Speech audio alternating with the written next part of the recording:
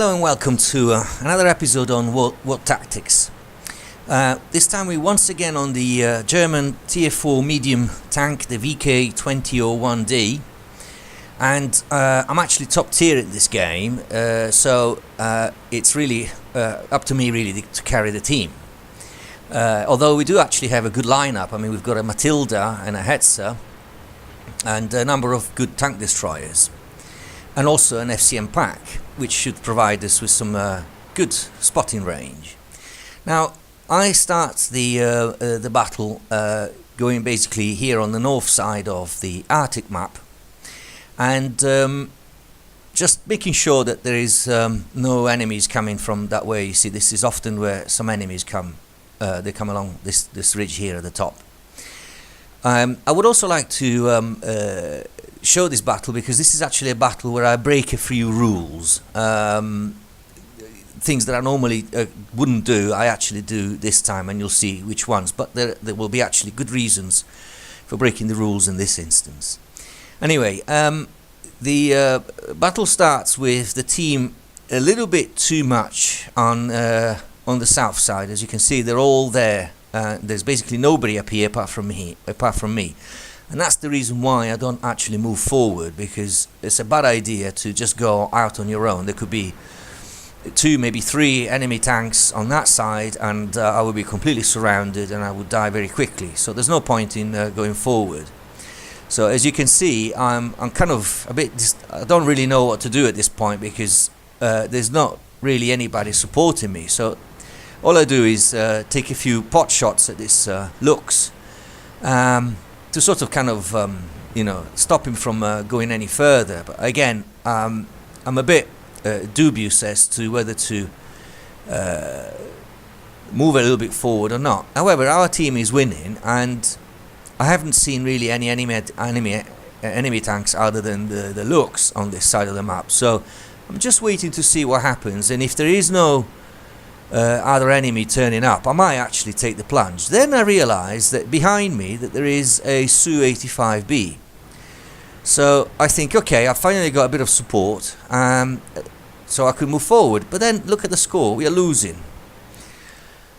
And I think, well, some of our allies are in there kind of keeping the enemies occupied, and all over this side is fairly clear of enemies. There's nobody on this side. So I actually decide, okay, let's take the plunge. There's no point in staying here. We're not doing anything. And I actually find an enemy Su-85B. Now that is a good target for me, because the gun on the VK20OD is a little bit weak. So no problem in dealing with that. And now that I've realised that the Su-85B behind me is actually supporting me, I decide to go forward. I mean, we're losing, but it's not by such a great margin. And just as I thought, as soon as I go here, bang, 2 spots. 2 spotted enemies, 1 Matilda and another Su-85B. So, best thing to do, remembering also that there are 3 enemy artillery tanks, is to just keep moving. So, just aim on this one.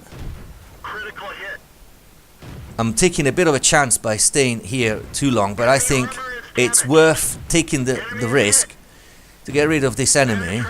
I don't actually understand what he's doing. He seems to be kind of just turning on himself, but never mind, he's done. So now I move.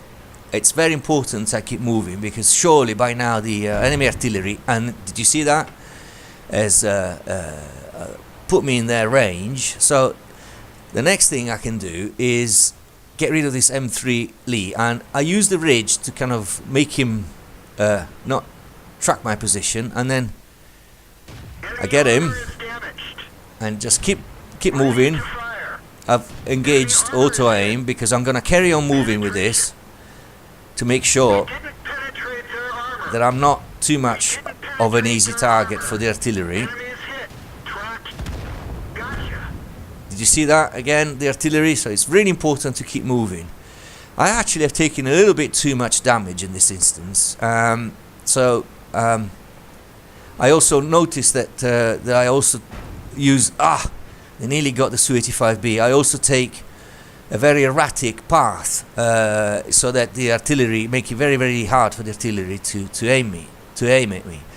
Anyway, like I said, I took a little bit too much damage in this instance, but at least we've gotten rid of 3 enemy tanks, and as far as I know, there should still be well, there shouldn't be really any more resistance on this side, so I decided to go for base. The score is not looking good at all, but I actually try and see if I can take a pot shot at this artillery.